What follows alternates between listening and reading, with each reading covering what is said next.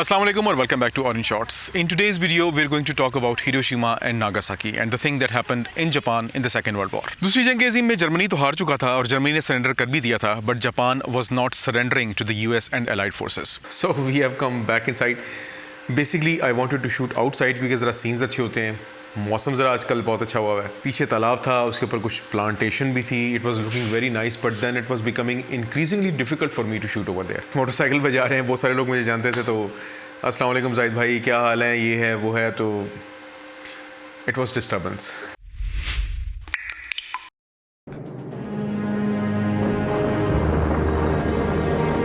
तो जनाब कहानी कुछ यूँ है कि वर्ल्ड वॉर 2 अभी तक जारी है. जर्मनी हैज़ ऑलरेडी सरेंडर्ड, लेकिन एक मुल्क जो कि सरेंडर नहीं कर रहा, दैट इज़ जापान. जर्मनी ने एक अनकंडीशनल सरेंडर किया था बगैर किसी कंडीशन के. जापान के सामने भी यही बात रखी गई कि आप अनकंडीशनल सरेंडर करें, क्योंकि आपको अनकंडीशनल सरेंडर करना तो पड़ेगा. There is no other option. Japan is going to lose that war. लेकिन जापान जो है सरेंडर करने को तैयार नहीं था हो रहा. एलाइड फोर्सेस ने एक बड़ा कॉम्प्रिहेंसिव किस्म का प्लान तैयार किया था जापान को इन्वेड करने के लिए. इस ऑपरेशन का नाम रखा गया था ऑपरेशन डाउनफॉल. इस ऑपरेशन का मकसद ये था कि एलाइड फोर्सेस अपनी फुल स्ट्रेंथ से जापान के ऊपर हमला करेंगी and they will bring Japan to its knees. Japan के तमाम बड़े बड़े शहर, Hiroshima, Niigata, Tokyo, all of them were listed and all of them were prepared कि इनके ऊपर एकदम हमला किया जाएगा. It was obviously going to be a costly invasion. और जंग में फिर ऐसा तो होता नहीं कि एक ही तरफ के सिपाही मरें. जब सिपाही मरते हैं तो दोनों तरफ के मरते हैं. So it was termed as a costly invasion. लेकिन America wanted to finish the job, और वो चाह ये रहा था कि जैसे जर्मनी ने घुटने टेक दिए वैसे ही जापान भी घुटने टेकते. But Japan was not agreeing to it. इस पूरी वॉर में, इस पूरी जंग में, जंग के आखिर में जिस ऑपरेशन ने सेंटर स्टेज लिया, that was basically the Manhattan project.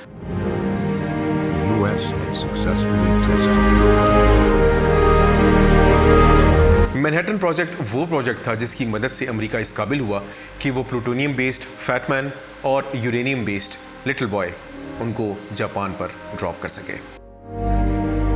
इस ऑपरेशन को सपोर्ट करने वाले अक्सर इस बात का सहारा लेते हुए नजर आते हैं कि ये दोनों के दोनों एटॉमिक बॉम्ब्स जापान पर गिराने की वजह से जंग की मुद्दत ना सिर्फ कम हुई बल्कि साथ ही बहुत सारी जानों का ज़िया जो कि होना था वो नहीं हो पाया.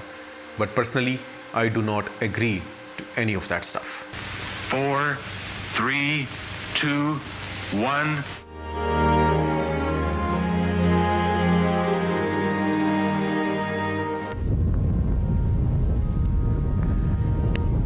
In the dead silence of the morning, at 5:29:45 Mountain War time, the Jornada del Muerto was bathed in an intense flash of a light that man had only seen from the stars. और अब जब Manhattan project की बात चली ही है तो क्यों ना हम मैनहट्टन प्रोजेक्ट के बारे में बात करें and how America was able to make 2 atomic bombs. One was plutonium based, which was named as Fat Man, and the other was uranium based, that was called as the Little Boy. अगर हम Manhattan project की बिल्कुल बुनियाद में जाएं, बिल्कुल base के अंदर जाएं, तो यहाँ पे ये बात वाज़ेह होती है कि Albert Einstein was one of the people जिन्होंने उस वक्त के अमेरिका के सदर को ये ख़त लिखवाने में मदद की कि हमें एटॉमिक बॉम्ब के ऊपर काम करना चाहिए. और एल्बर्ट आइंस्टाइन को जिन्होंने ख़त लिखवाने में पुश किया उनका नाम था Leo Szilard. Leo Szilard was also a physicist, a scientist, जिन्होंने पहली बार ये थ्योरी पेश की थी कि अगर हम न्यूट्रॉन से एटॉमिक पार्टिकल्स को बम्बार्ड करें और वो अगर ऑलरेडी अनस्टेबल हों तो एक ऐसा रिएक्शन होगा कि जिसकी मदद से न्यूक्लियर एनर्जी ना सिर्फ रिलीज़ होगी बल्कि इस हद तक रिलीज़ होगी कि एक ऐसा बॉम्ब बनाया जा सकता है जो कि बड़े बड़े शहरों को तबाह कर दे. लियो ज़िलार्ड ये पूरी की पूरी थ्योरी लेके पहुँचे एल्बर्ट आइंस्टाइन के पास, और एल्बर्ट आइंस्टाइन उस वक्त के एक जाने पहचाने और माने हुए साइंटिस्ट थे. एल्बर्ट आइंस्टाइन का लिखा हुआ ये ख़त जब रूज़वेल्ट के डेस्क पर पहुँचता है तो ऑलरेडी एक खलबली मची हुई है, क्योंकि अमेरिका ऑलरेडी ये सोच रहा है कि जर्मनी शायद न्यूक्लियर बॉम्ब तैयार कर रहा है. नोबडी नोज एग्जैक्टली किस एक्सटेंट तक उनके साइंटिस्ट जा चुके हैं, but it was a news and it was thought कि Germany is already preparing a nuclear bomb, और शायद जर्मनी फ्यूचर में कभी वो न्यूक्लियर बॉम्ब तैयार करके अमेरिका के ऊपर या किसी भी एलाइड फोर्स के मुल्क के ऊपर हमला कर दे. Although it is another story कि जब जंग ख़त्म हुई तो इस किस्म के कोई शवाहिद नहीं मिले। बहरहाल जब ये ख़त रोज़ावेल्ट के डेस्क पर पहुंचा और जब उनको ये पता चला कि they have the scientists who can work on that and they can really develop the nuclear bomb themselves and may be before the Germany, और शायद वो जर्मनी से पहले तैयार कर पाएँ, तो वहाँ पर जन्म हुआ मैनहट्टन प्रोजेक्ट का। मैनहट्टन प्रोजेक्ट उस प्रोजेक्ट का नाम था कि जिसमें अमेरिका ने यह तय किया कि वो एटम बम बनाएंगे। Manhattan project kept on going for years. बहुत सारे तजर्बात हुए। प्लूटोनियम और यूरेनियम की शक्ल में दो ऐसे उम्मीदवार सामने आए कि जिनको अगर बम्बार्ड किया जाता न्यूट्रॉन की मदद से तो शायद न्यूक्लियर रिएक्शन पैदा हो सकता था और शायद एटॉमिक बॉम्ब बन सकता था। इन दोनों की दोनों थ्योरीज के ऊपर काम किया गया और बिलाखिर जब टेस्टिंग की डेट आई और जिस दिन पहले न्यूक्लियर बम को टेस्ट किया गया उस दिन सबको ये अंदाज़ा हुआ कि the things are more scary than they thought.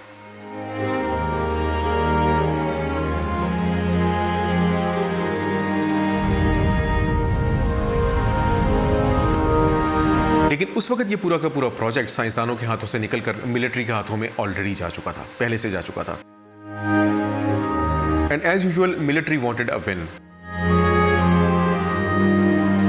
और उस वक्त के सदर हेनरी ट्रूमैन की नज़र में they had a weapon that could end the war for once and quickly. Atom bomb को हकीकतन पहली मर्तबा इस्तेमाल करने से पहले, एक रियल सिटी पर गिराने से पहले, कुछ साइंटिस्ट्स ने ऐसे मेमो गर्दिश किए कि ताकि लोगों को पता चले कि यार एटम बम एक बहुत जालिम किस्म की चीज़ है और हमें ये आबादी से भरपूर शहरों पर नहीं आजमाना चाहिए। But nothing really happened. And as they say कि when you have a hammer in your hand then every problem looks like a nail. जब आपके हाथ में हथौड़ा होता है तो आपको हर मुश्किल एक कील नजर आ रही होती है। And the only solution you have is कि मैं हथौड़ा मारूंगा, कील लकड़ी के अंदर चली जाएगी। And that is exactly what was happening with US. We are now prepared to destroy more rapidly and completely every productive enterprise the Japanese have in any city. We shall destroy their docks, their factories, and their communication. They never even thought for a single second कि destruction होगी तो कितनी होगी, कहाँ होगी, कैसे होगी. All they wanted was a win. Let there be no mistake. We shall completely destroy Japan's power to make war. It was to spare the Japanese people from utter destruction. सन 1945 के अप्रैल में 5 टारगेट्स का इंतखाब किया जाता है। Targets को select करने का ये काम जिम्मे किया गया ग्रुप्स के। ग्रुप्स ने कमेटी बनाई जिसके चेयरमैन वो खुद थे। इसके अंदर Farrell, major John A Derry, colonel William P Fisher, Joyce C Stearns, David M Dennison from the United States air force और साइंसदान John von Neumann, Robert R Wilson और विलियम पेनी शामिल थे। ये पूरी की पूरी कमेटी 27 अप्रैल 1945 को वाशिंगटन में मिली। टारगेट सिलेक्शन कमेटी ने 5 टारगेट्स का इंतखाब किया। इनमें एक था कुकुरा जिसको आजकल कीता क्यूशु कहा जाता है, दूसरा था हिरोशिमा, तीसरा था योकोहामा, चौथा था निगाटा और 5वां था क्योटो। इसमें एक और अहम बात यह है कि 30 मई सन 1945 को स्टिम्सन ने ग्रुप से ये रिक्वेस्ट की कि आप क्योटो को इस लिस्ट से हटा दें। इसकी एक वजह तो ये थी कि स्टिम्सन वहाँ पर 10 साल पहले तकरीबन अपना हनीमून गुजार चुके थे और उन्होंने इस शहर को बहुत पसंद किया था। दूसरी वजह वो ये कहते थे कि इसकी कल्चरल और रिलीजियस इंपॉर्टेंस काफ़ी ज़्यादा है तो आप इस शहर को बॉम्ब ना करें। लेकिन groups was not ready to do that. नतीजा इसका फिर ये निकला कि स्टिम्सन उस वक्त के प्रेसिडेंट हेनरी ट्रूमैन से मिले और उनके सामने अपनी रिक्वेस्ट रखी और हेनरी ट्रूमैन ने फाइनली इस चीज़ से एग्री किया कि क्योटो को इस लिस्ट से कम से कम वक्ती तौर पर हटा दिया जाए और टेम्परेरली क्योटो को इस लिस्ट से हटा दिया गया। 25 जुलाई सन 1945 को क्योटो की जगह नागासाकी को इस लिस्ट के अंदर शामिल कर लिया गया। टारगेट कमेटी का कहना यह था कि जब वो इन टारगेट्स को सिलेक्ट कर रहे हैं तो उनके जहन में 2 चीज़ें हैं। पहला ये कि जो वो बॉम्बिंग करे उसका साइकोलॉजिकल इम्पैक्ट ठीक ठाक हो। जापान को कई मरतबा ये सोचना पड़े कि क्या वाकई उनको सरेंडर कर देना चाहिए या नहीं करना चाहिए। और दूसरा टारगेट कमेटी ये चाह रही थी कि बॉम्ब जब जाकर आबादी के ऊपर गिरे तो उसका इफेक्ट इतना स्पेक्टेकुलर हो कि दुनिया को ये सोचने पर मजबूर कर दे कि what a destructive weapon America has. Trinity site जहाँ पर ये बॉम्ब्स टेस्ट किए गए थे वहाँ पर रेत आपस में जुड़कर ग्लास बन जाता है। It has so much of strength और इसका इफेक्ट आप किलोमीटर्स तक महसूस कर चुके हैं।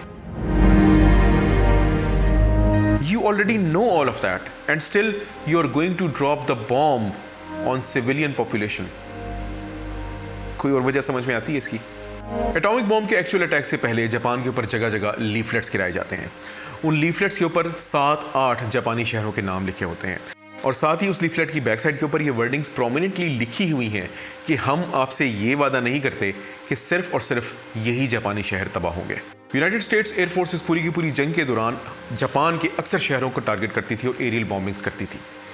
तकरीबन 63 मिलियन लीफलेट्स गिराए गए थे ताकि लोगों को ये पता चल जाए कि अमेरिका अपनी बॉम्बिंग्स नहीं रोकेगा। ये तमाम के तमाम लीफलेट्स जापानी प्रिजनर्स या कैदियों से लिखवाए गए थे। इस पूरी की पूरी बमबारी के दौरान में कई जापानीज शहर तकरीबन 97% कंप्लीटली डिस्ट्रॉय हो चुके थे, लेकिन जापान जंग में हार मानने को तैयार नहीं हो रहा था। 26 जुलाई सन 1945 को एलाइड फोर्सेस के लीडर्स एक पोस्ट टाइम अल्टीमेटम जारी करते हैं, जिसमें वो इस चीज़ को क्लियरली स्टेट करते हैं कि अगर जापान ने सरेंडर ना किया तो एलाइड फोर्सेस जापान के ऊपर अटैक करेंगी। इस अटैक के नतीजे में वो जापान के तमाम शहरों को डेवस्टेट कर देंगी, उनकी फोर्सेस को कंप्लीटली डिस्ट्रॉय कर देंगी और जापान के होमलैंड को तबाह बर्बाद कर देंगी।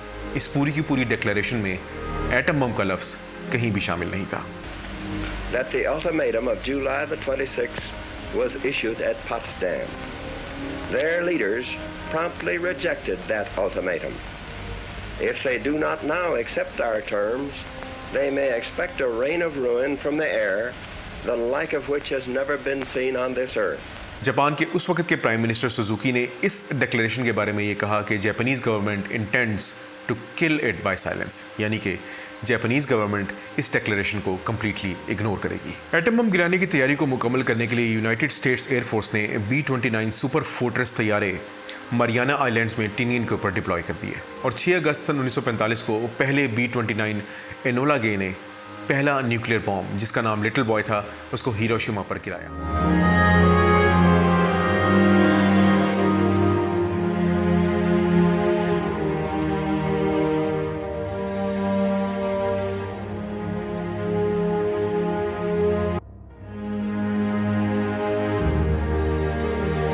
और 3 दिन बाद एक और B-29 तैयारे बॉक्सकार ने दूसरा एटॉमिक बॉम्ब, जिसका नाम फैटमैन था, which was a plutonium based bomb, उसको नागासाकी के ऊपर गिरा दिया।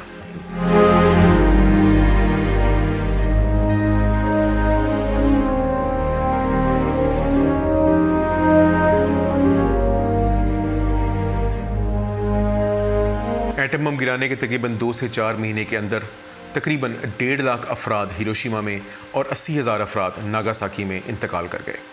इनमें से याद रखिएगा आधे लोग तकरीबन उस वक्त मौत का शिकार हुए जब पहले दिन न्यूक्लियर बॉम्ब्स यानी कि 6 अगस्त और 9 अगस्त 1945 को हिरोशिमा और नागासाकी पर गिराए गए थे। इस हमले के नतीजे में और स्पेशली ये देखते हुए कि जापान के मज़ीद शहरों पर भी एटम बम गिराए जा सकते हैं, जापान ने 15 अगस्त सन 1945 को एलाइड फोर्सेस के सामने सरेंडर कर दिया और 2 सितंबर सन 1945 को उन्होंने इंस्ट्रूमेंट ऑफ सरेंडर को फिजिकली साइन कर दिया। That meant that war has officially ended. एक और बात मद्देनज़र ये रखिएगा कि अगर जापान 15 अगस्त सन 1945 को सरेंडर ना करता तो जापान के अगले शहर पर 18 या 19 अगस्त के दरमियान में एक और फैटमैन एटम बम गिराया जा सकता था, which was going to be ready by the August of 15 और 16। एट द सेम टाइम दूसरा लिटिल बॉय बॉम्ब यानी कि यूरेनियम वाला बॉम्ब तकरीबन दिसंबर से पहले तैयार होना तकरीबन मुमकिन नहीं था। बॉटम लाइन ये है कि जापान के उस वक्त के एम्परर, जिनका नाम था हिरोहिटो, उन्होंने खुद ये डिसीजन लिया कि जापान एलाइड फोर्सेस के आगे सरेंडर कर देगा। 14 अगस्त सन 1945 को जापान के उस वक्त के शहंशाह हिरोहिटो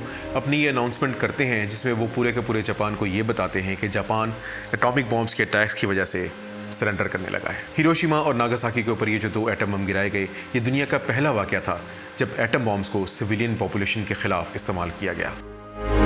इन एटम बॉम्ब्स के अटैक को जो लोग सर्वाइव कर गए उसको जापानीज जुबान में हिबाकुचा कहा जाता है और 2020 के एक सर्वे के मुताबिक तकरीबन 1,36,000 अफराद अभी भी ऐसे जिंदा हैं जो कि हिबाकुचा हैं। चूँकि लोग अभी तक इनसे खौफजदा रहते हैं और इस बात को ये समझा जाता है कि शायद इनकी वजह से हम लोग भी बीमार हो जाएंगे, लिहाजा ये अफराद अभी तक ना सिर्फ डिस्क्रिमिनेशन का शिकार होते हैं बल्कि इनको मैरिजेस और काम करने के लिए भी मुश्किलात का सामना करना पड़ता है। Those atomic bombs that were dropped in Japan in 1945 have a long lasting effect.